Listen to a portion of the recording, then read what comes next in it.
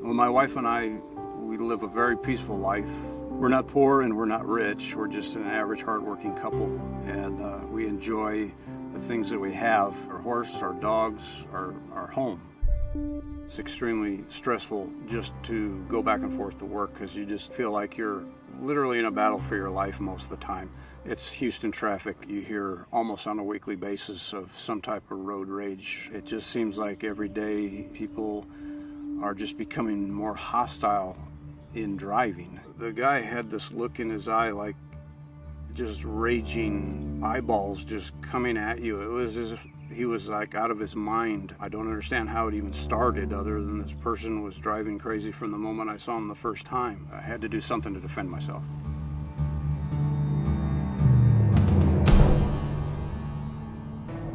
Yeah, it was just another normal day driving home from work, trying to get home, and I never would have imagined it could have completely changed and changed for the worse. And I like to stay over here in the left lane because there's a tremendous amount of subdivisions over to the right, and it always backs up over there. So I just automatically get over here, routine. All of a sudden right here comes that white vehicle, and he cuts right in front of me right here. I never even saw him coming, but he came over so hard that I had to jerk over into this center lane. You know, it happened so fast, and this seems like a distance, but it was just like it was over in an instant. And I ended up first in line here at this light. All of a sudden, he pulls up and stops right here to my right. So he's like just right there in the vehicle. And he rolled his windows down and he started yelling all these profanities at me and all that. And I just kept telling him, just go on, just go on. And he's calling me these words and he's saying, come on, come on. And then he opens the door and he's coming straight towards my window. He was probably within 2 steps away from my window, and he was in the motion of like he was going to come into the window, like crouching down, gonna come into my car. And at that point, I had already had the pepper spray in my hand because I didn't know what the heck was gonna happen.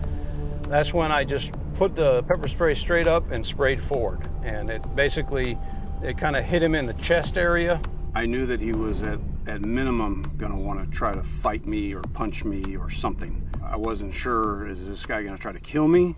But I was definitely in fear that he was wanting to harm me. He definitely had that look in his eye. I get the 911 operator. I tell her what's going on, that this guy's going crazy. He was trying to come in my car. I pepper sprayed him. And at that point, I see him pulling up behind me. And I'm telling the operator, look, he's coming up behind me. I can't stay here. And so I take off, and she's like, well, you need to stop somewhere. We're going to send deputies. I didn't want to stop at my house, so I stopped right here. Just stopped right on the street right here. And he pulls in behind me, and I can see him, and I'm talking to the 911 operator at the same time. I waited here until the sheriff's deputy showed up. The one deputy said, so you're saying he got out of the vehicle and came towards your car? And I said, yes, that's when I pepper sprayed him. He said, would you be willing to write a statement about that? And I said, yes, I would. And so I filled out a complete statement, but he finally comes back and he's writing out a citation. And I looked at him and I said, are you giving me a ticket? And he said, yes, I could be taking you to jail, but you're just getting a ticket. And I said, you mean I defend myself against some crazy road rage guy and I'm the one that's getting a ticket? I was just stunned. He said, yes, you have a story and he has a story and they're not the same story and there's no witnesses. He said, that's what I have to do. And I said, I understand.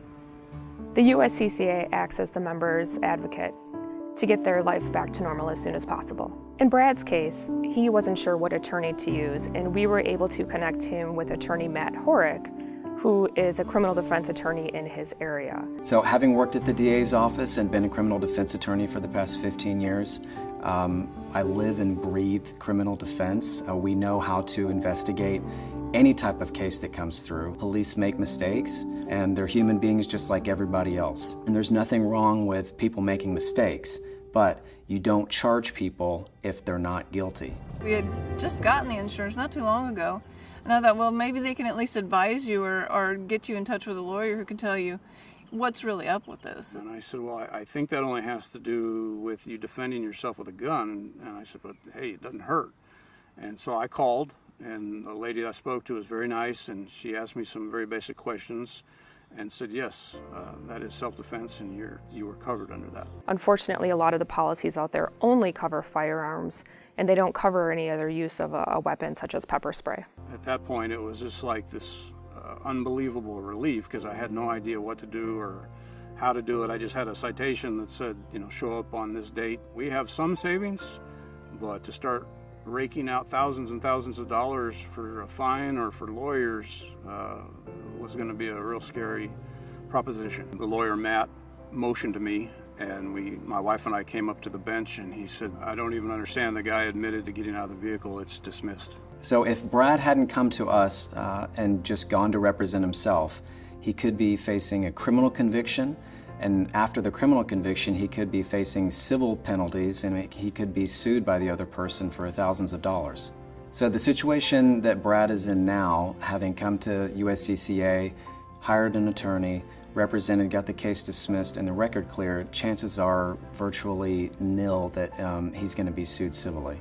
In the end, it would have cost literally thousands and thousands of dollars to cover all the fees and fines. USCCA covered all of that. I didn't have to worry about that at all. Having gone through that process, doing it without the coverage and without having an attorney would be terrifying. If a client or potential client finds himself in a situation where there's potential criminal charges, it's much better to have a group like USCCA to turn to, because they're going to have your back. They're going to be able to cover the legal fees, and that's the last thing that you're going to want to be worrying about in a situation like this. I don't know what we would have done if we hadn't been part of USCCA. I'm just incredibly grateful for everything that they've done, and just having someone to help you through this when you have no idea what to expect. It was wonderful.